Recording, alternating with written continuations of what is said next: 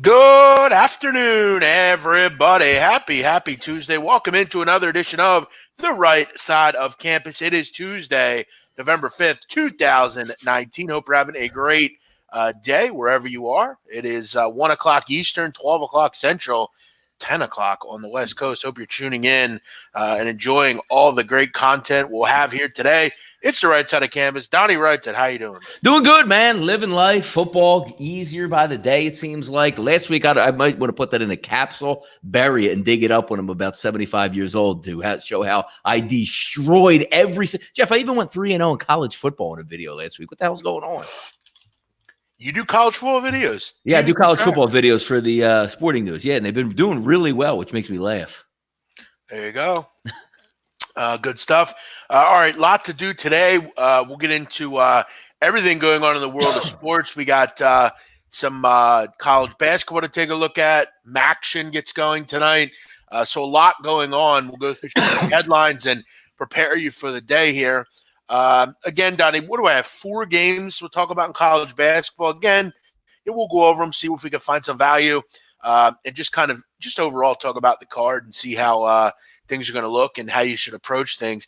If you're new and you haven't seen it, Donnie, you and I did a show last night where it's kind of a primer show, kind of getting you ready for the college season. Make sure you check that out on the channel if you haven't.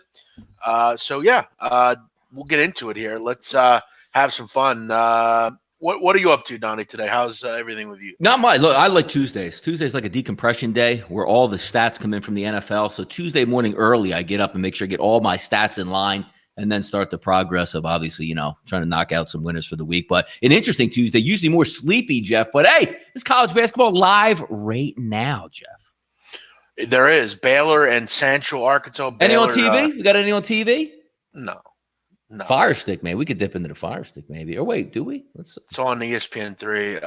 But yeah, this game is, Baylor's controlling it early. Central Arkansas is not a good basketball team, so there's no surprise there. All right, let's get into some things here. We'll start out with our morning headlines today. First thing is first, Donnie. Deshaun Jackson will have surgery to repair or help or fix, from what we found out, is a sports hernia problem. Listen, we've talked about this ad nauseum. It really, for anyone that's not an Eagles fan, probably you're just wondering, oh, Deshaun's having surgery.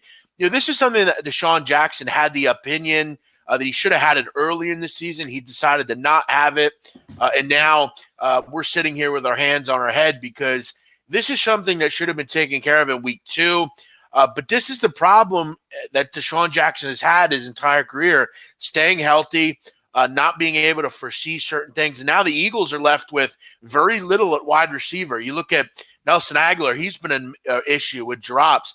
Alshon Jeffrey's having arguably the worst season of his career. Mac Hollins has been completely irrelevant and hasn't done little of anything. And they don't play J.J. Arcega-Whiteside. So the problem here is, Donnie, going forward, you kind of have to go out and get a body. And the issue that we have as fans is you had the opportunity to do that last week before the trade deadline, and you did not do that because, I got to ask you, who actually advises Howie Roseman on this stuff? Like, does the team doctor come in and say, look, he's going to be good? Like, you had to have known, like, he was going to have to get surgery. I don't understand the wherewithal to just completely be negligent at the trade deadline. You have to, now you got to go get someone anyway, and you're getting guys off the street that haven't played.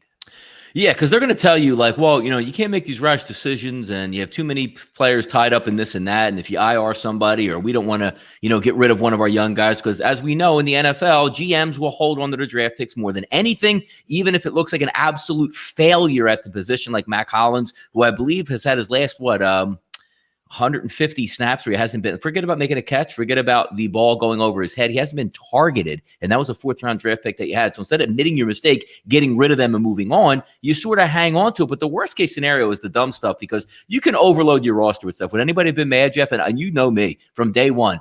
The fact that Nate Sudfeld is active on this roster is absolutely hilarious and a waste of a roster space. You can get a 3rd-string quarterback anywhere off the street. The minute he broke his wrist, he should have been IR'd. That would open up another spot. But the problem here is, Jeff, most of us who, and I even see Pro Football Doc saying, most Philly fans said he shouldn't have got surgery early on, which was ridiculous because even if this played out, Jeff, right? Because surgery is always a last case resort, we like to say.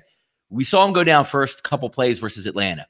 I'm okay, Jeff, with him actually not getting surgery for 3 weeks to see if he can rehab it and to see if he's going to make any progress in what he's looking to do. Because, hey, maybe we overdiagnosed it and he would have got an injury. It should have only been out a month. If he rehabs, he's back. Great. But after 3 or even 4 weeks, Jeff, we all saw the writing on the wall and the Eagles did not see this. Why not IR him after 3 or 4 weeks? Tell him to get the surgery. Hey, man, you know what? Let's see if we can get you back by mid-December, 3 games to go, playoff run, ramp it up. But you know what now that tells me? If I'm Howie Roseman or the GM, I can go out and make a move here for a wide receiver and cover that spot over the next 7 to 8 weeks. They dropped the ball on everything. No, this is completely horrific oversight. And this is the issue I have with this team. It's not the fact that I don't think they're good. They have certain things about the team that I like. I like Wentz, and I like the offensive line, and I like some of the young backs they have. And, the defense has its strengths. But this is a complete failure of this team. Who tells him about this stuff? Does he just basically defy everyone and say, you know what? We're fine with what we have. Now you have to go out and get someone off the street. You're not going to get Antonio Brown, even though he'd be a perfect player. You're not going to go out and get him, which for whatever reason, I don't quite understand. You're not going to necessarily need him for long-term anyway. Let him play. He's going to give you something. And you're not, I don't understand what what are you missing? What am I missing here, Donnie? Is it just the fact that he's a head case? No, I think word's out because you see the delay with what the NFL is doing. The NFL hasn't even interviewed Antonio Brown yet, and they've done it on purpose. So when he's supposedly coming back into the league, the NFL throws him on the NFI list. That'll take 2 to 3 weeks. Then they got to interview him. You don't even know if he's going to even play again for the rest of the year before what his suspension is going to be. The NFL put out that to all 32 teams. Look, you can go ahead and get him, but we haven't even started the process. So good luck with it. Yeah, I mean, for people that are saying that they should go out and get him, they won't. Again, I don't think it's, it would be the move. Yeah, he would already. I mean, even if it was just he was really just a idiot, he would be on a team. But I think people realize, what am I going to get? You have 7 or 8 games left in the season. They're going to put him on the NFI list the minute that I sign the guy, and then they're going to interview him, and then they're going to suspend him. What are you getting, like 1 or 2 games at this point? And the people out there that wanted Josh Gordon, a lot of teams had a chance to get Josh Gordon. Trust me, there's a lot going on behind the scenes with Josh Gordon. The New England Patriots needed wide receivers worse than anybody in the NFL, and he was coming back healthy, and they told him, yeah, man, better luck next year. Not showing up to meetings on time, probably, drunk or high, and they're just saying, you know what, let's just part ways, and we don't want anything to do with you anymore. Just get out of town. So they were never going for Josh Gordon either. Yeah, well, I don't really, you know what, Donnie? I'm sick of hearing this. Oh, we don't want to mess with the culture of this team. No, but these guys aren't dependable. I normally would agree with you. I normally 100% would agree with you. Culture crap. But these guys they might not even play, though. That's the problem. Like, if you sign Josh Gordon, who knows if he even shows up, man? Like, nobody even knows. If they fucking sign Jordan fucking Matthews, I'm going to fucking flip. You better fucking believe it. I will go down there. To be honest, I would actually like to see him. As crazy as it sounds, Jeff, I would like to see him sign nobody and say, you know what, Matt Collins, JJ, Whiteside, and Nelson Aguilar, it's your team. And we'll see how you play down the stretch. And if it ain't working out, you all 3 are gone next year. Peace. See ya. Nelson Aguilar is not an NFL wideout. Like Nelson, I wouldn't mind if Matt Collins is still young and maybe he's good on special teams or whatever. And you're trying to find out with Whiteside what he can do. I wouldn't mind if they cut Aguilar tomorrow morning. I really wouldn't. I'm being really honest here. I wouldn't care if they cut any of these receivers, to be real honest with you. With Alshon Jeffrey's been horrific. Yeah. I know you need people, but I wouldn't be mad if they got rid of anybody. The question is, where do you go now? Obviously, you're going to have to get somebody, okay? JJ Nelson's interesting. I mean, he's still pretty fast. He's only been in the league 4 years or so. It's not a terrible decision.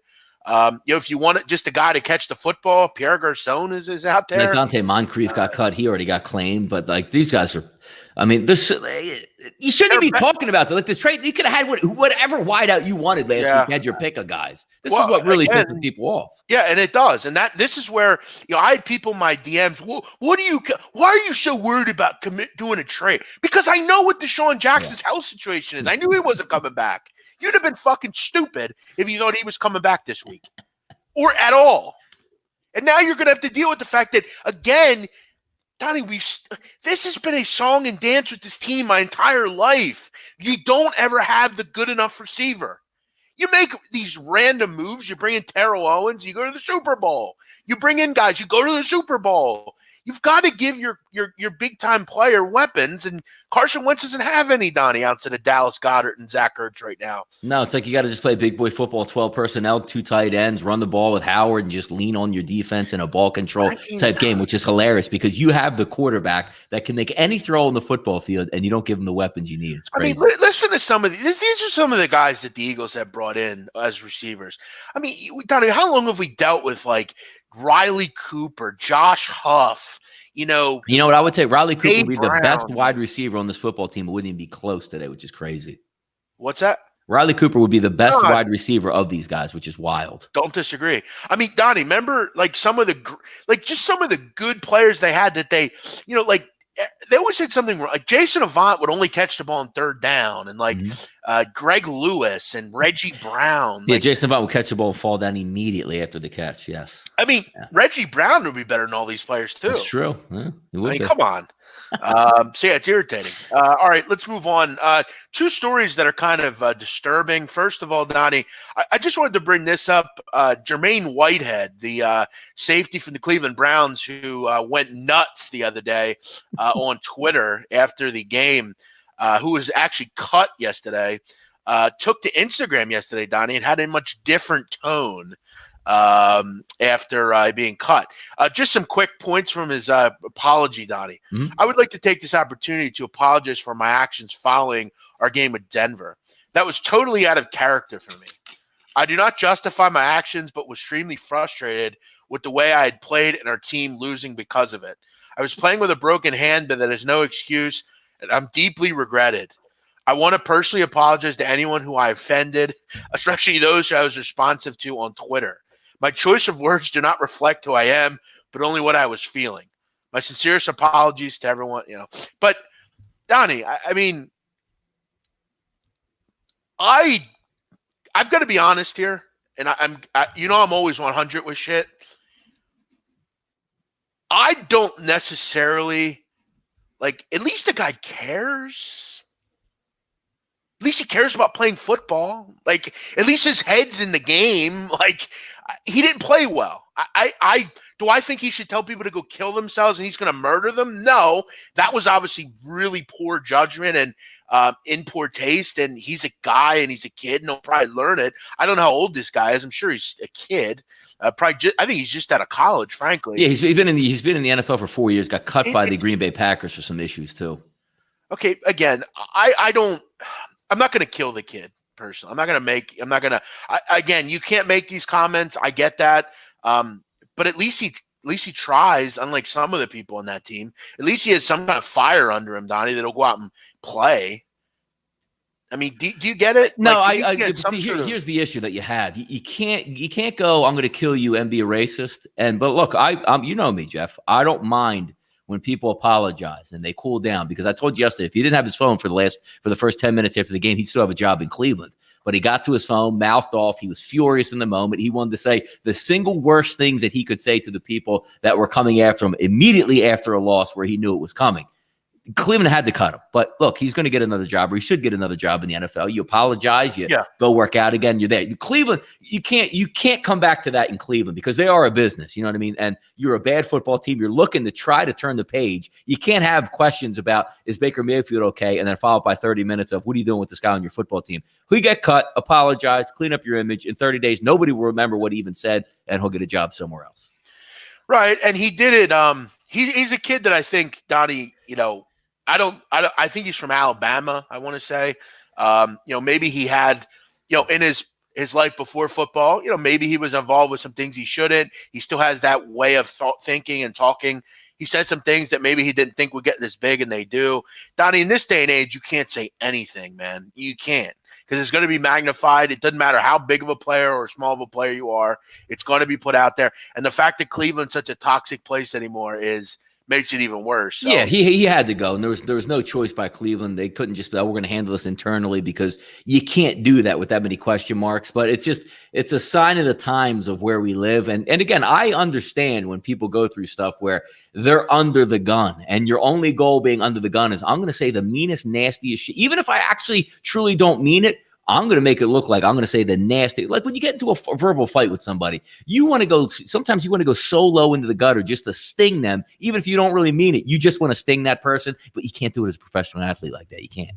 The funny thing is, Donnie, if this was Greedy Williams, he's still on the team. I mean, well, come on, man. We all know that stuff. I mean, the problem is Jermaine Whitehead's not a good enough player to say shit like this. No, that's every single environment. You're measured on how good your talent. Yeah, correct. I mean, Dave Portnoy, Donnie, he's mentioned it many times. Mm-hmm. Manny Ramirez, when he was with the Red Sox, I think there was a situation where he threw a clubhouse attendant. Yeah, no, he did a lot. Yep. And he played the next day. Like, if you're good, you're Brett Myers beat up his wife in Boston the day before a game in a popular bar, and the Phillies let him pitch the next day. When you need somebody, ethics go out the window, Donnie. Correct. That is 100%. Just like the Eagles, right? Like, hey, look, if you would tell me now as a fan, like, look, Antonio Brown's not going to be suspended, and you can get him, and he's going to produce. You know what I'd say? Like, all right, I'll cheer for it. And then if he doesn't work out, I'd be like, you son of a bitch, but hey, times are tough, man. Well, I remember, Donnie, when I was a kid, it was always great to read the Allen Iverson saga in the paper every day. And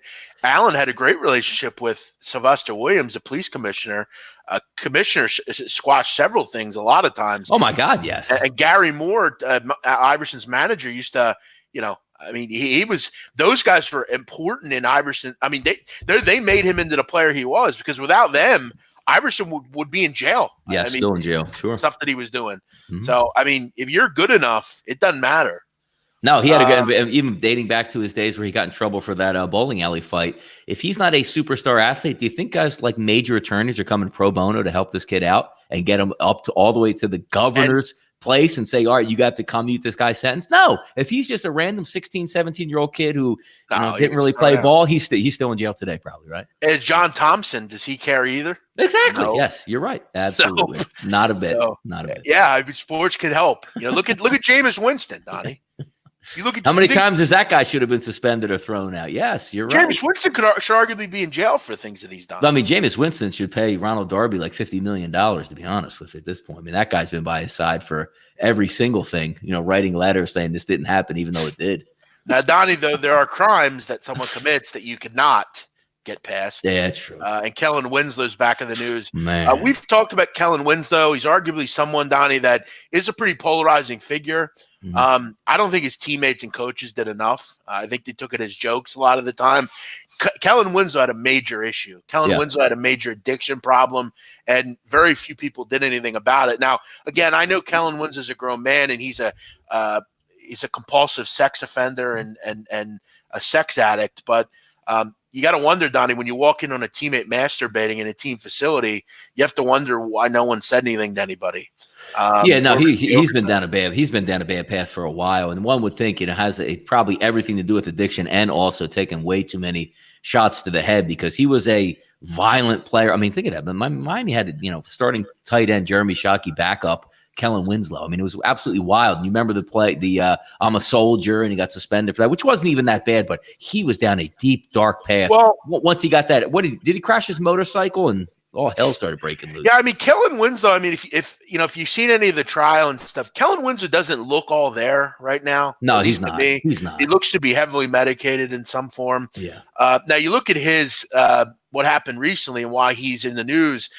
In what many are considering a stunning turn of events, Kellen Winslow is pleading guilty, Donnie, and taking a plea deal on rape and sexual battery charges. The reason he did this was to avoid life in prison. So, again, taking a plea deal, now he's only going to do 12 to 18 years. He'll probably be out in 7 or 8. So Kellen Winslow, Donnie, even though he's a sexual predator, is going to be back on the street at some time. If you follow this case, it's kind of sickening, really.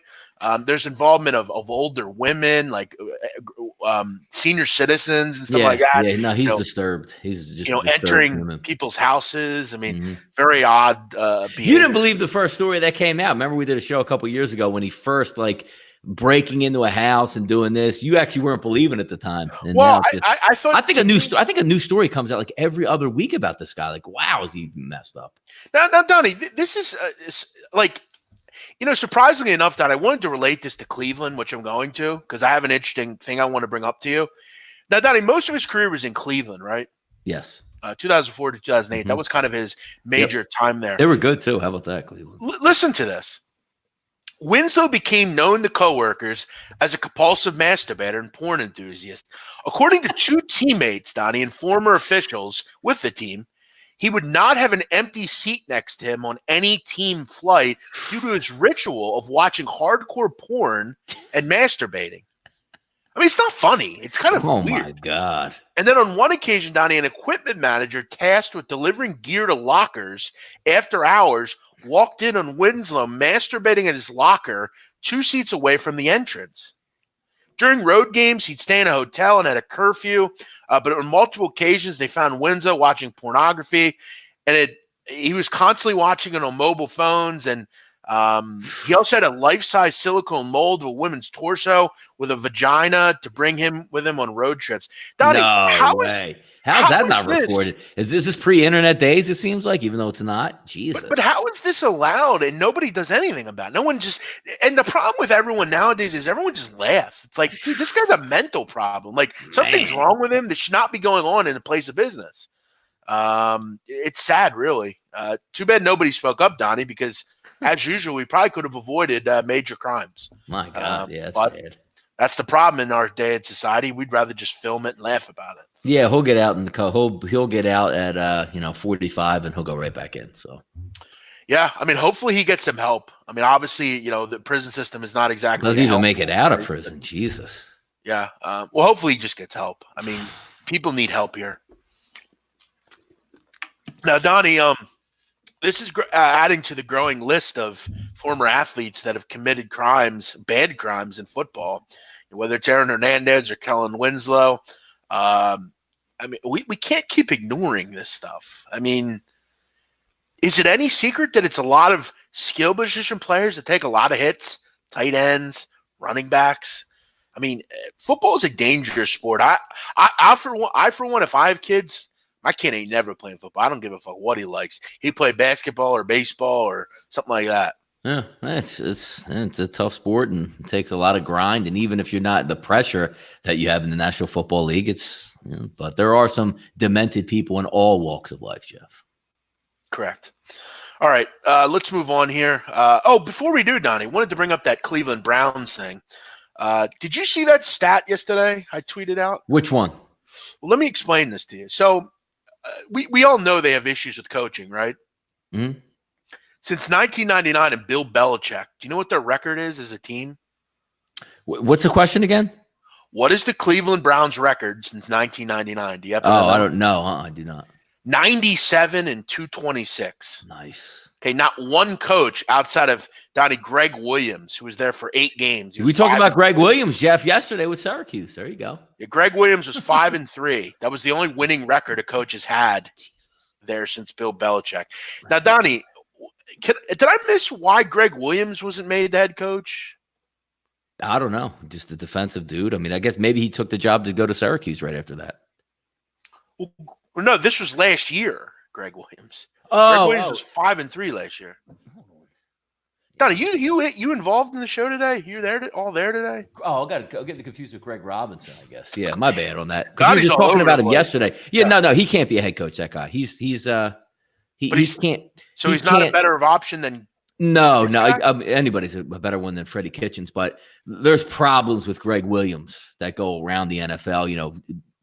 Bounty Gate, and you can't sit him in front. He put it this way: he can't be the face of your franchise, which is why he's not a head coach. I mean, some of these coaching decisions. I mean, Butch Davis, 24-34, Eric Mangini, 10-22, Rob Chudzinski, 4-12, Mike Pettin, 10-22, Terry Robisky, 1-5. Who the hell is Chris Palmer, 5-27? Yeah, just offensive coordinator. Yep. The great Pat Shurmur, 2 seasons, 9-23. And then Hugh Jackson, 3-36. Yeah, no, it starts with leadership, and again, because the Haslam's bought it from Al Lerner. So ever since 1999, they've had like one or two maybe good years, and that's it. And I guess they say like leadership reflects everybody else. So yeah, again, since '99, one coach has had a winning record, and it was an 8-game sample size. So, and that was last year, 5-3 they finished. Yeah, when there was no pressure. Yep. Correct. All right, let's move on here, Donnie, to some things. Last night, Monday Night Football, pretty easy situation. We had the Cowboys team total over, easy winner. Tough beat on the over or under. If you had the under, that last second fumble recovery for a touchdown fucked your tickets. Over bettors were happy. Team total was an easy winner. They didn't even play. That's the funny part about it, Jeff. Like Dallas didn't even play well, and you're watching points that game going, they're not going to get this team total. And then, you just realize again how bad the Giants are on defense, and a big play here or there changed the entire momentum because we were doing a show, Jeff, with a minute to go in the second quarter. Dallas had 3 points. And they ended up with 37 to finish the game. Yeah, the Cowboys, that 45-yard touchdown to Des Bryant, Amari Cooper was the big play. Oh, I loved it, man. That was about 3rd and 12. Yeah, yep, bang. Yeah. Also, Donnie, that cat, which was an odd. Yes. I will say Booger McFarland during that was actually kind of funny. I actually heard it after the fact. And the Kevin Harlan call was quite funny as well. He does that all the time. He's the best at doing the nonsense stuff. Like if a guy runs on the field or an animal, he's sensational. Now, like the cat, how does a cat get in a stadium? Like, how does they live in the back? There's probably hundreds of cats that live in the bowels of stadiums. Like, do you remember when the vet got blown up? Like the thousands of rats and cats that ran out from the rubble. Hilarious, man. Creepy. Yeah, it is creepy. Stadiums are creepy places. They are creepy places, man. Just because it's like a stadium at one point is so cool. It's like so many people are there. And then when it's like you ever go by like Donnie, like the Link on like a Tuesday? Yeah, drive by on 95. Yep, all the time. Look inside. You see like the one big light up top that's on, and it's like eerie inside. It's really creepy. Like stadiums are creepy when there's no one there. Yes, they are. You're right. And down in Philly where the stadiums are, they're all in one area. Mm-hmm. And the highway, you go right by the stadium. Yep. And like if you go there around dusk where it's still light out, it's just a creepy, eerie feeling. Like there's no one there. It's just like so odd. You could see like all the food place stations like covered up on the alleys. Yep. Yes, correct. Yeah, it's weird. That cat was creepy looking, right? No, he was. I thought he's pretty big and jacked up too. Like he wasn't giving a damn out there. I was impressed. Yeah, sure. Last night, Donnie, as well in the NBA, we had some interesting storylines. Mm-hmm. The Sixers finally lose. How about that? Mm-hmm. I'm not going to say who called that one, but I will. I did. But the NBA was kind of quiet last night. Warriors, nice win for them. How about the Portland Trailblazers? What a joke. You lose outright as 11-point favorites against the fucking Warriors. With like nobody. Like Villanova Pride was out there hitting rain and threes. Impressive. Eric Pascal had a good game.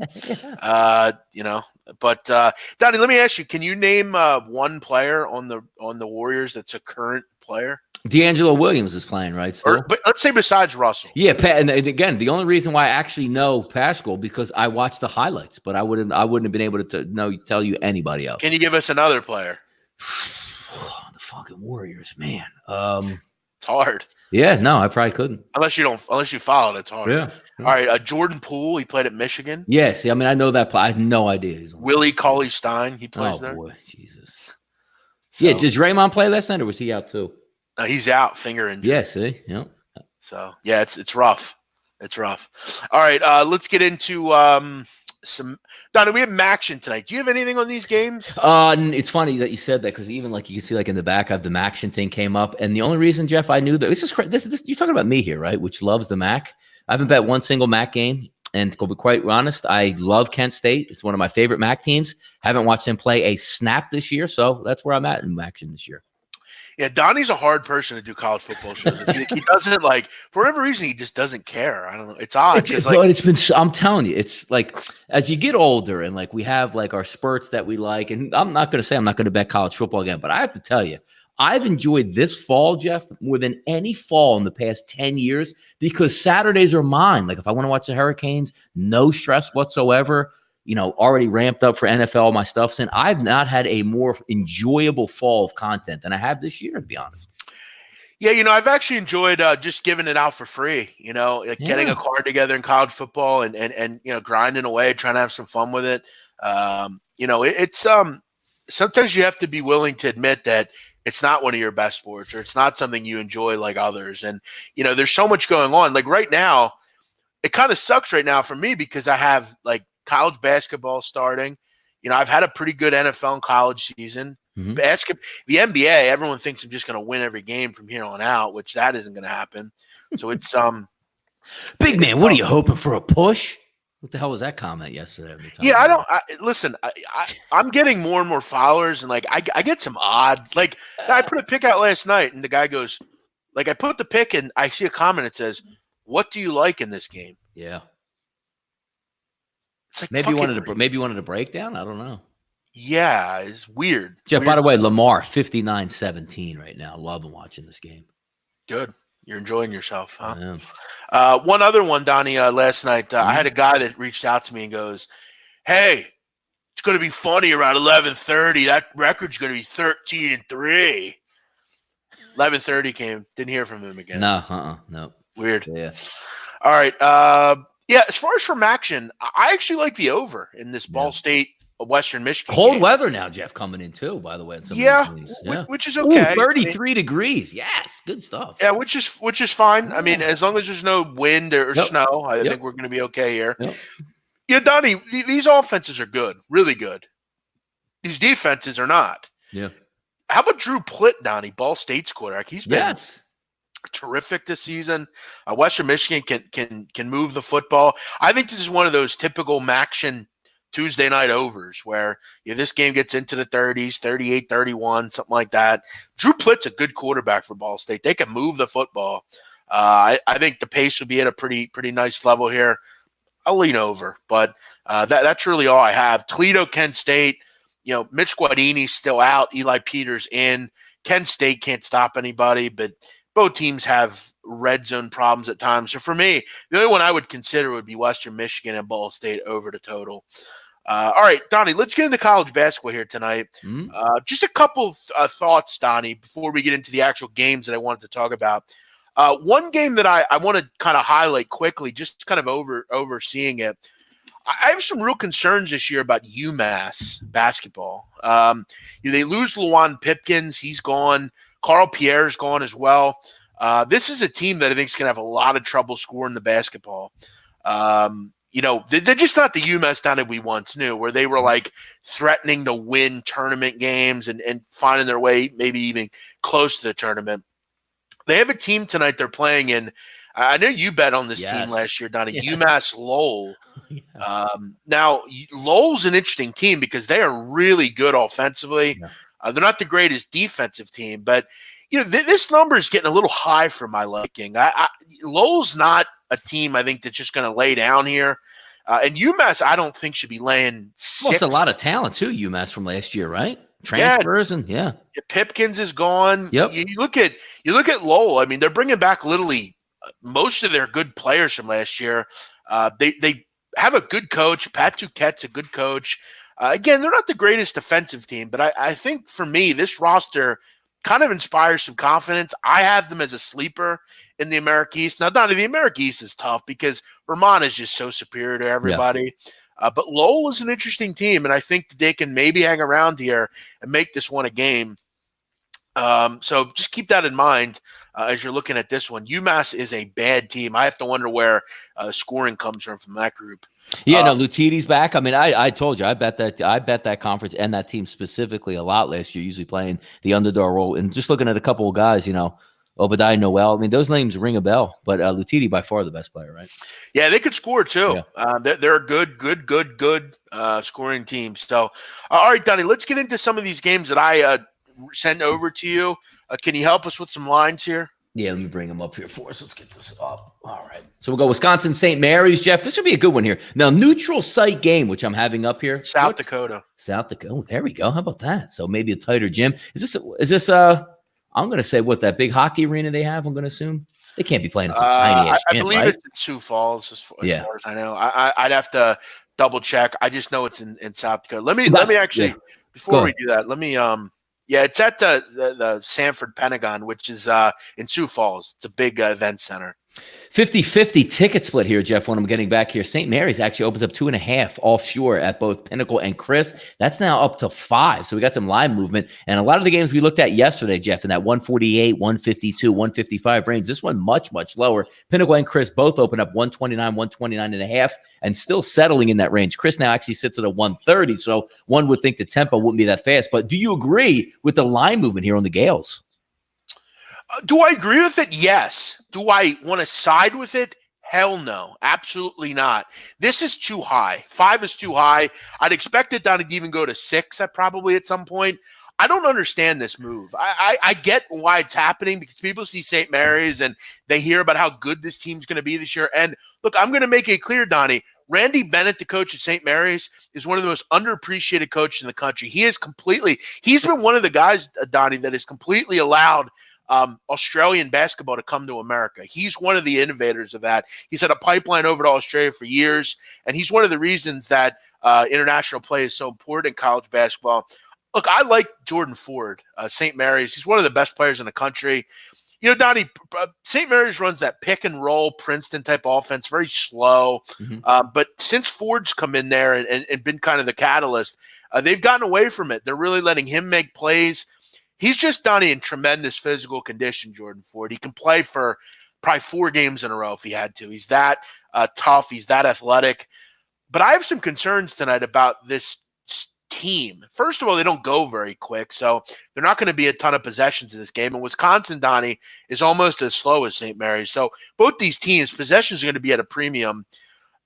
Wisconsin has trouble more or less against teams that want to go up tempo or more in transition. That's not St. Mary's. And I know Ethan Happ is gone, and everybody thinks, oh, Ethan Happ's gone. They're not going to be anything without him. They're generally a team that it's usually next man up. They were like that with Bo Ryan. They're like that with Greg Gard. I like Trice, Davidson, and Kobe King. I think they're terrific guards. I think they'll do enough against Jordan Ford. They're not better than him, but they're not that much worse either. We also have a concern for St. Mary's in the middle, Donnie. They're lacking a big. They brought in a guy named Aaron Menzies from Seattle, a 7'3" mammoth. Problem is he's injured, may not play tonight, so that's a big loss. To list St. Mary's anything above 2.5, I have no interest in. I like Wisconsin. If I had to play this game, I'll take the 5. I think this game is low scoring, possessions premium. I have no interest in laying this kind of number. Jeff, by the way, just glancing at this American East, and I see Maine pulling up the rear with the 9 total teams in the conference at 9th. Do you remember a game that we were researching statistics on because guys were breaking each other's jaw in the locker room after games? With Maine? Yes. I don't know. Yeah. It's one of those things because if you guys don't know, me and Jeff, we just surf to try to find details on little beat writers who will get back there. You can read some nuggets on that. But that was one of the games, Jeff. Maine was so bad, and they were heading into American East conference play, or not conference play, the conference championship, and they only had like 7 or 8 guys because before the game they fought over the game before they fought over the music in the locker room, and a couple guys were down with injuries from the fight. So good stuff. Well, that was Maine? That wasn't Maine, though. That was Maine. Absolutely, it was Maine. Chattanooga had that happen. No, I'm telling you. I'll Google it after the show with Maine. Now, Donnie, Maine is a fascinating team. Their coach is used to be the women's coach at Maine, which is weird. They have like a ton of. Now, is it a guy or a girl? It's a male. Oh, okay. They have a ton of international players. Like their whole team is like Serbian, Lithuanian, English, African. There's a ton of weird. All right, you ready, Jeff? Hold on. I'm going to interrupt you. Maine basketball player Wes Myers breaks teammate's jaw in locker room fight. There you go. See, I remember we used to be all over. We were all over this game. Broke Marco Pivorit's jaw with a punch. So he was cited by police. He was out. And then also, obviously, the guy with the broken jaw was out. Mahoney noted the fight started when Pivorit didn't turn off the music when Myers asked him to. See? Look at that stuff, man. Yeah, I don't remember that. Oh, man. Yeah, we were all over that. But yeah, as far as this game, I would be taking Wisconsin here. All right, second game, Jeff. 669, 670, Fresno State and Oregon, 9 p.m. tonight Eastern time. Spread tickets, Jeff. 67% on the Oregon Ducks tonight. Line opens up at Pinnacle 13.5. Chris opens them up at 13.5. Pinnacle sits at 14. but mostly across the board, Jeff. We're now sitting at 14.5 across the board. Bulldogs and Ducks. Yeah, this seems a little high to me. Too many points, personally. Oregon is really good.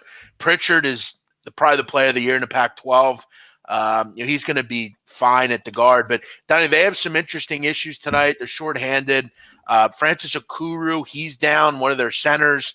And their big freshman, who everyone's excited about, Nafale Dante, he's out as well with an injury also. No, he has an eligibility problem, actually. So they're going to be a little shorthanded. If you know anything about Fresno, their coach is Justin Hudson. Justin Hudson used to be at San Diego State. He was a coach under Steve Fisher. He took the same defensive principles. They've been a really good defensive team over the years. They really kind of shade the three-point line. They're good three-point defense. They always rank high in that metric. So, for me, Oregon, this is too many points. Oregon struggled last year at the beginning of the season covering big numbers. I think it's a little too high here. Look, if this is 8.5, maybe or 9.5, I'm interested, but 13.5, Fresno's not a team that's just going to fall down here. I think they hang around with their defense. I think they can bother them a little bit. And they don't have any bigs, Oregon. They're without a lot of players. I mean, I don't even know if they have a guy taller than 6'7" on this team currently that's going to play tonight.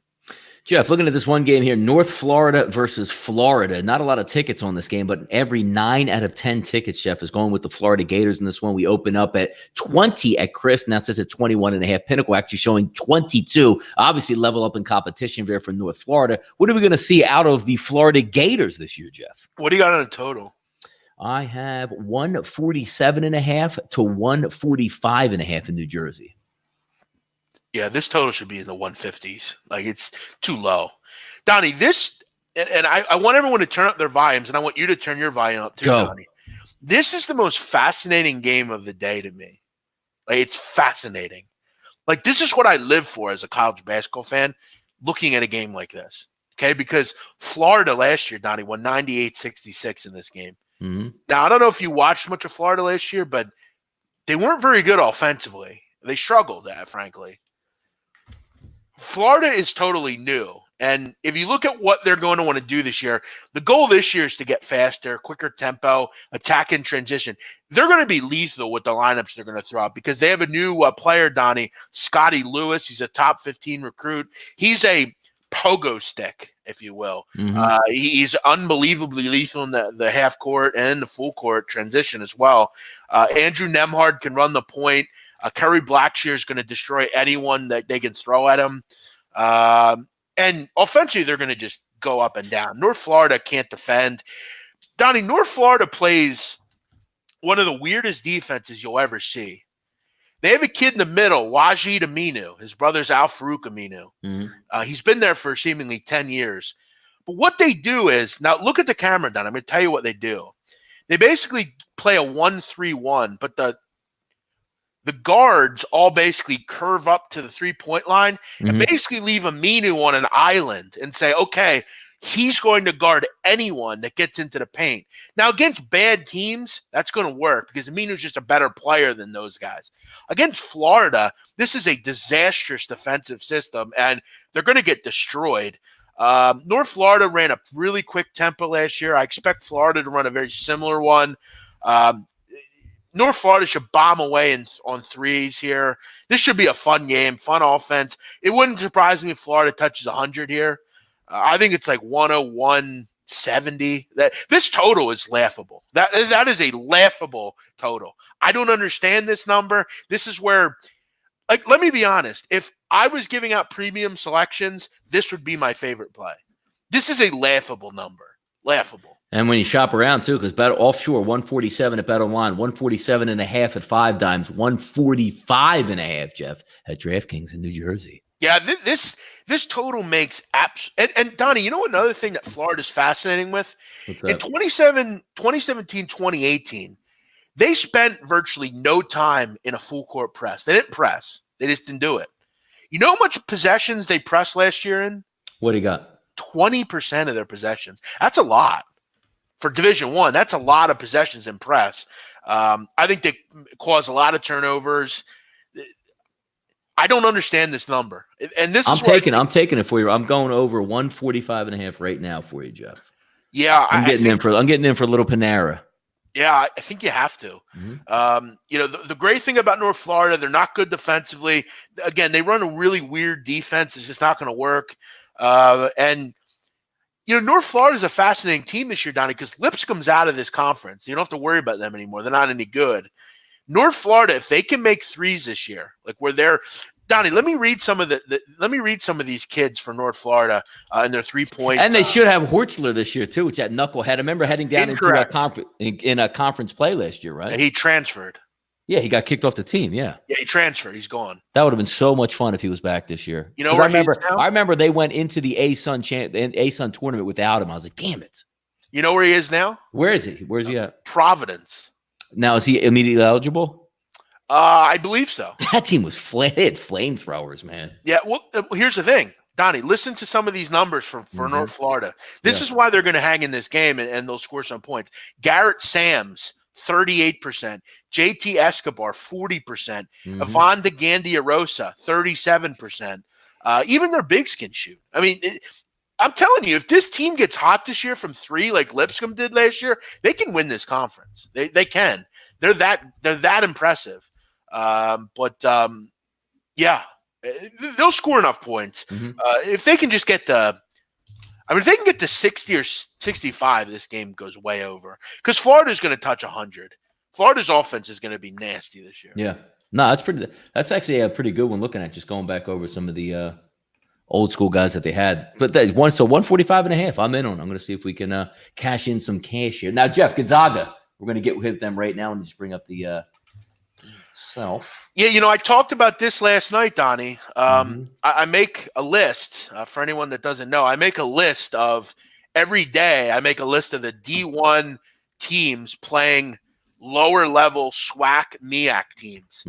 So basically, like Gonzaga, Alabama State. Now, Donnie, you have a couple tonight. Let me read these off to you. Iowa State, Mississippi Valley, Memphis, South Carolina State, Gonzaga, Alabama State, USC, Florida A&M, and then San Diego State, Texas Southern. San Diego State, Texas Southern is off the list because Texas Southern is actually a pretty good SWAC team. But if I were bettors out there, I have a system where I basically, anytime a Division I Power 5 or G5 team plays a SWAC or MEAC team, I fade them. So Gonzaga or Iowa State or Memphis or USC, they would all be plays tonight against this competition. Now, Gonzaga's laying 33 tonight. No Killian Tilly, which is a concern, but Gonzaga has been really good in their exhibition. They've looked really solid. I'm really just going to advise anyone, when you see a SWAC or MEAC team against a team of these caliber, you fade them every single time. Yeah, no, it looks like a blowout on the horizon. I mean, Gonzaga's just built for this because when you look at these games, also, Jeff, in a blowout, say, well, just take the first half. Well, Gonzaga's second string, Jeff, should be able to increase the lead, correct? And the thing about Gonzaga's second team this year is it's all terrific recruits. It's not any like shitheads like Joe Ajayi and like guys like that. These are guys that are playing high-level basketball in France and places like that. So, you have to really remember that kind of thing. And listen, Alabama State lost their best player last year, Reginald G. He's gone. You know how Alabama State scores, Donnie? They turn you over. Yeah, run fast breaks, and yeah, you're right. The problem with SWAC and MEAC teams, Donnie, is they have very little oversight from coaches. They just don't really run offense. It's just like, okay, go out and let's just play how we play. Like they don't have any like offense. They don't run plays. Like it's just not real good stuff. And Donnie, last year, scoring margin, Gonzaga was one of the highest in the country.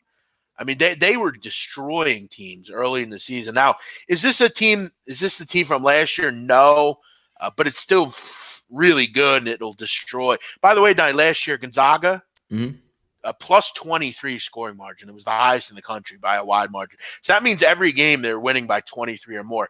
Now, at home, they're winning every game they played by 33.5 points on average. Jeez. Like, that's high. So, by the way, I'm watching this game, Jeff. Lamar, just, I remember a couple of the guys from last year. But here's the issue, because we do have the new 3-point line.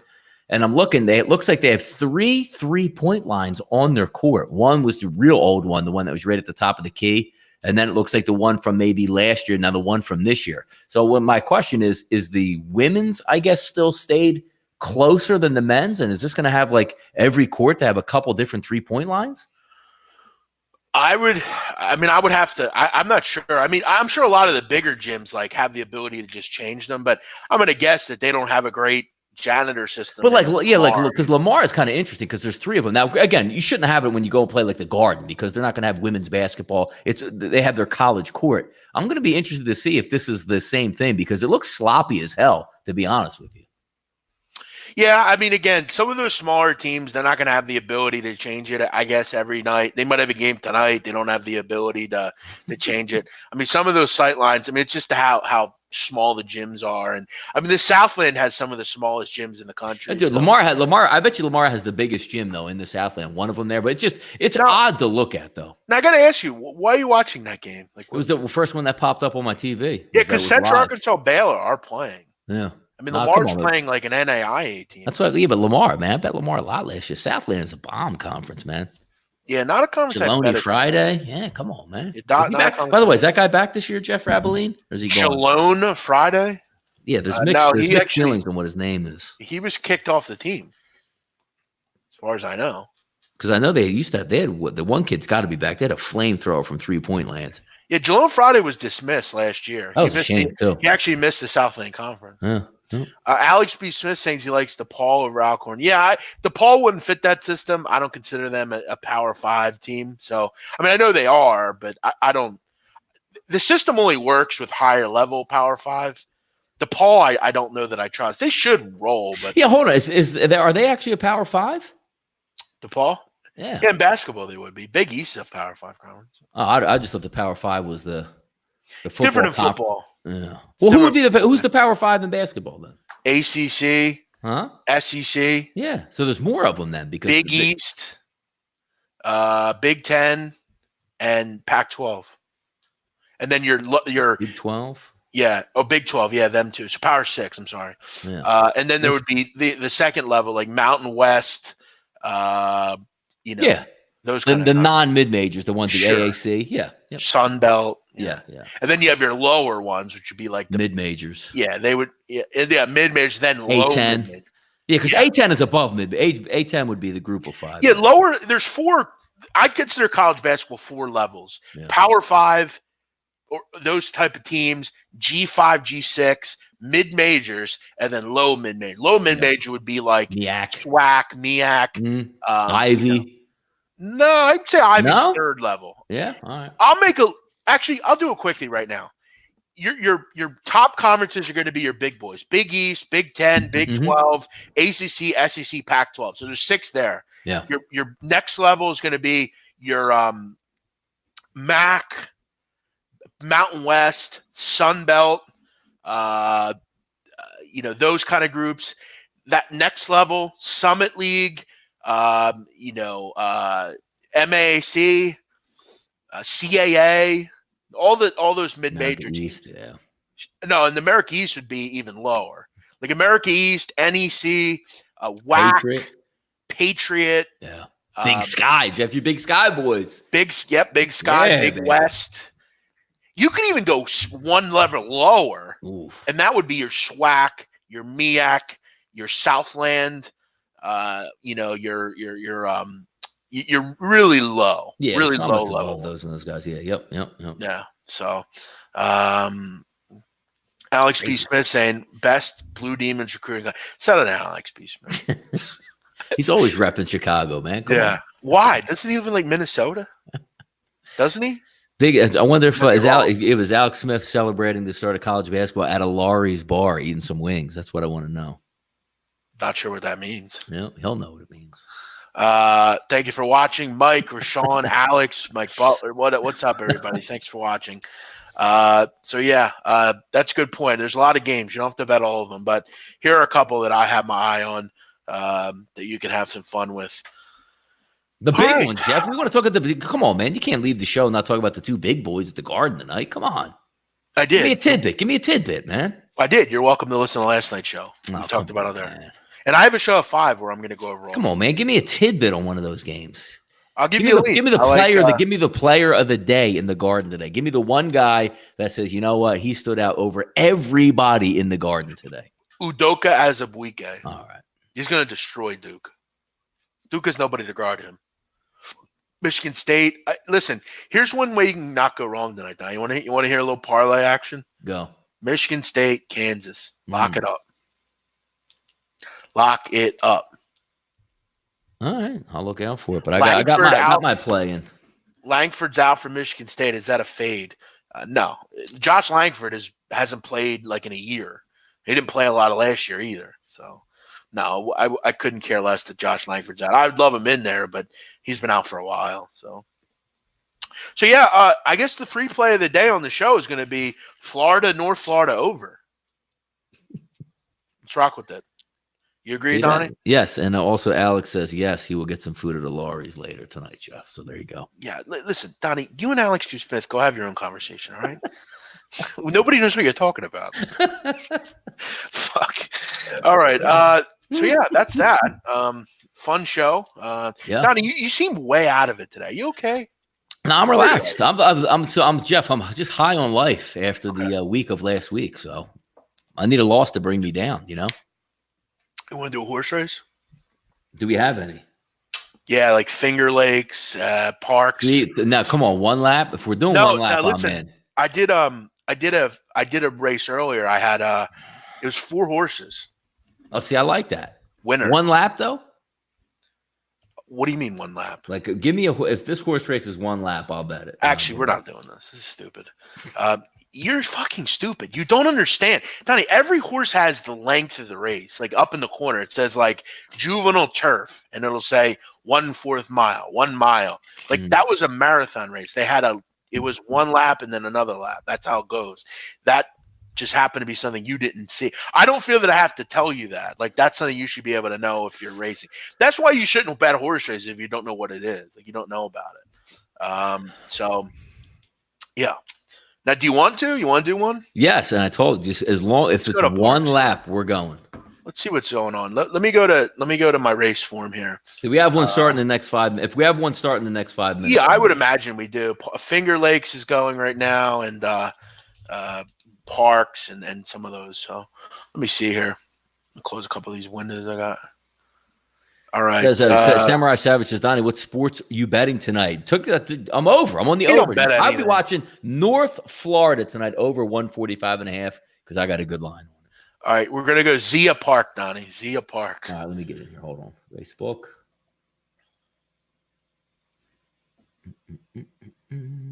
Zia. I don't have Zia. I have Meadows Harness, Kempton Parks, Finger Lakes, Indiana Downs, and Turf Paradise. Click Thoroughbred. Oh, there we go. Yeah, see this? Zia Park.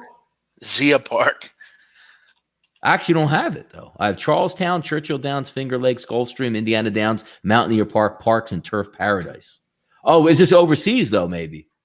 Where is Zia Park? I think it is, actually. Jesus. Or no. Oh, my God. I got like South Africa. I got Zia Britain. Park is in no, Zia Park's like West Coast, I think. New Mexico or something. Yeah, I actually don't even have it. You don't have it? No, I don't. I got a horse race coming up in 7 minutes. Meadows Harness. Yeah, we don't want harness racing.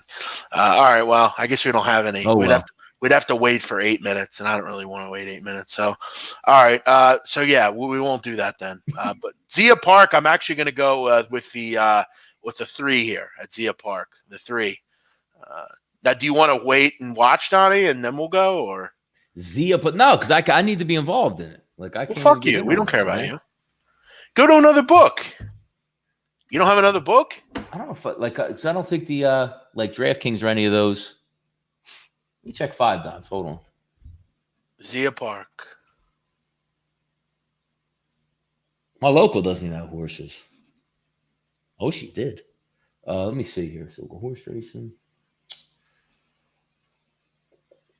Race book. Okay. Yeah, I'm going with the 3 at Zia Park.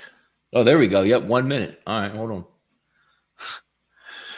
Trickessy? Trickessy, yeah. Trickessy. All right, let's go. I'm in on it. Let's go. All right, Trickessy, the 3. To win. I'm going to win. Yeah. Well, good luck.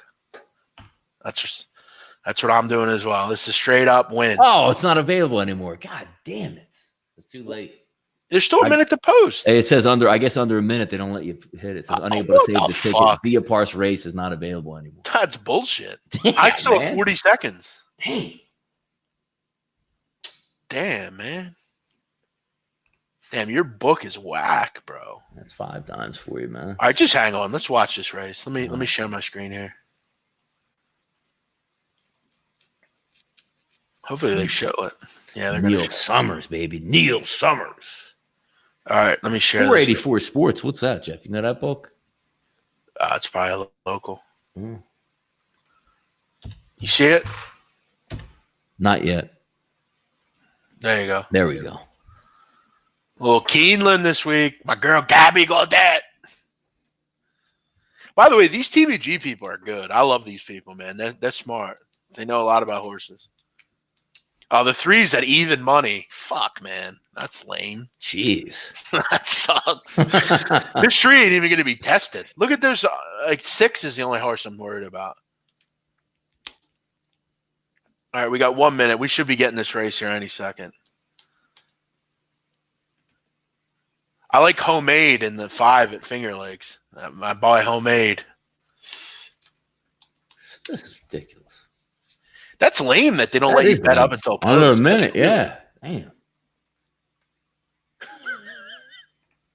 Got a nice retweet for you there on Twitter you'll like. Let's hear it. All right, we're just waiting for the Zia Park brace here.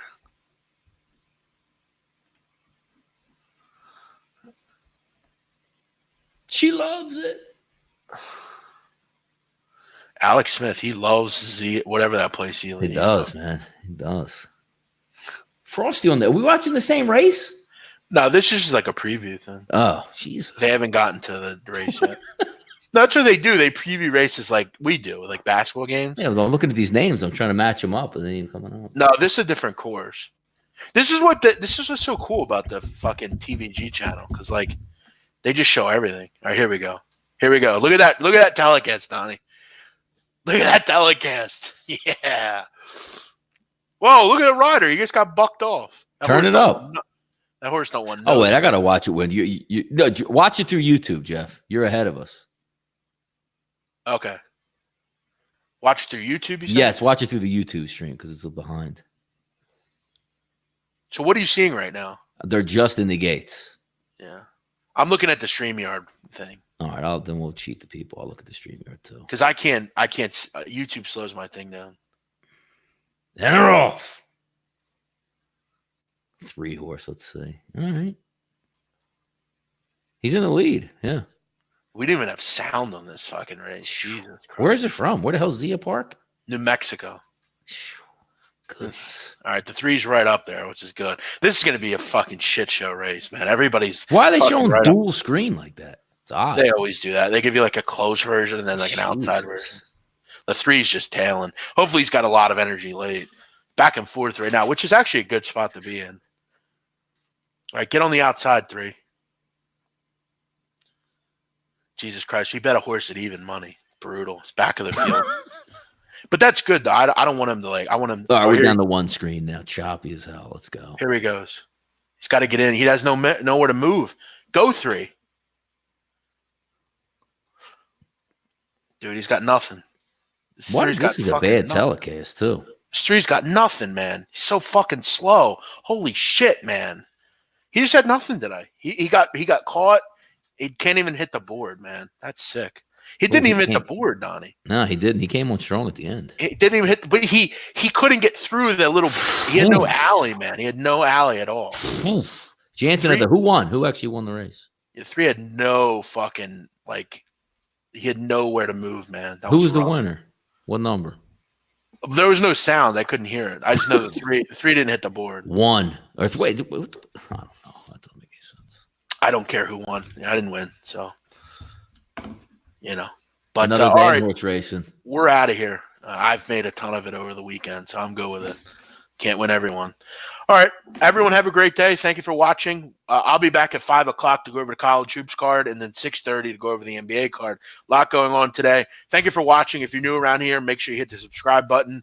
And if you're always a watcher, make sure you join us later today. Have a great night. We'll see you later. Bye-bye.